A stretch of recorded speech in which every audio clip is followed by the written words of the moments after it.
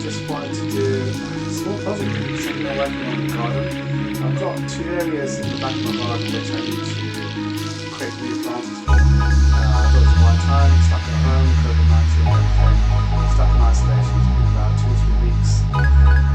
Just really need something else to do, really keep myself busy, so I thought, why not? We're going to plant some new flowers soon, so hopefully once everything is released and we're out of lockdown, I can go get some new flowers and some compost to fill this up with.